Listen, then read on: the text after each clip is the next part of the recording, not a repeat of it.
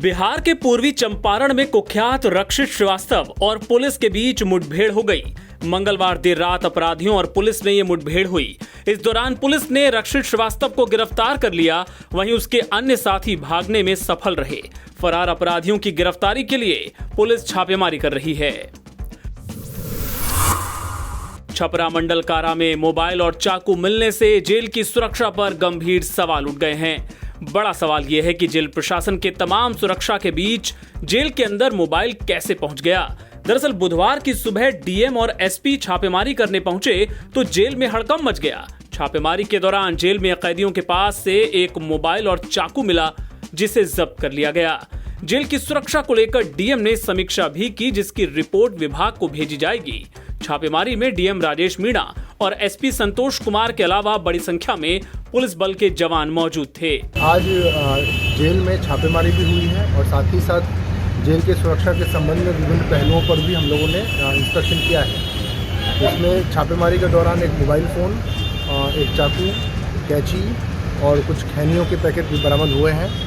इसके अतिरिक्त सुरक्षा के संबंध में हमने सभी पहलुओं पर बहुत डिटेल एनालिसिस किया है और हम लोग का प्रशासन का यह दायित्व है, कर्तव्य है और हम उसको निभा रहे हैं कि जेल के अंदर जो भी व्यवस्था है सुचारू रूप से बनी रहे।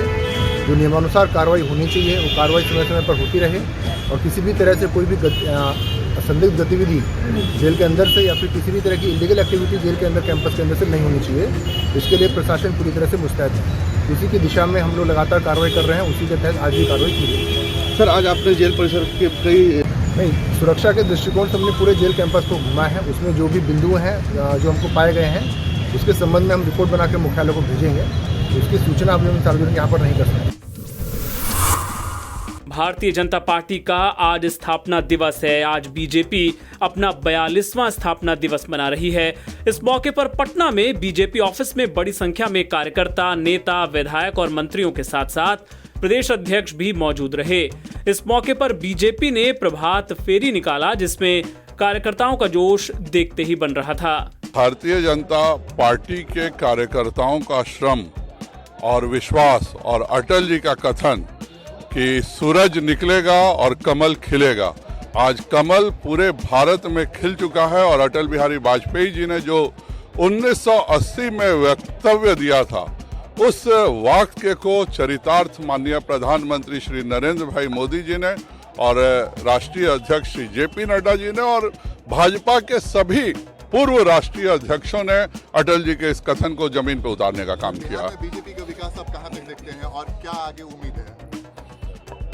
बिहार भारतीय जनता पार्टी का शुरू से ही बहुत प्रमुख रहा है। 2000 में भी जब भाजपा बिहार और झारखंड एक थी तो हम सबसे बड़े दल थे और आज पुनः उसी स्थिति में पहुंच चुके हैं। और यह बताता है कि भारतीय जनता पार्टी हमेशा बिहार में ज्यादा विकसित रही है। औरंगाबाद बिहार झारखंड के सीमावर्ती क्षेत्र के नबी नगर प्रखंड के टंडवा स्थित गजना में मां गजना के नाम पर स्थापित गजना धाम शक्ति उपासकों के लिए आस्था और श्रद्धा का केंद्र बना हुआ है। इस धाम में मां अपने निराकार रूप में श्रद्धालुओं को अपने विभिन्न स्वरूपों के दर्शन देकर उनकी मनोकामनाओं को पूर्ण करती हैं।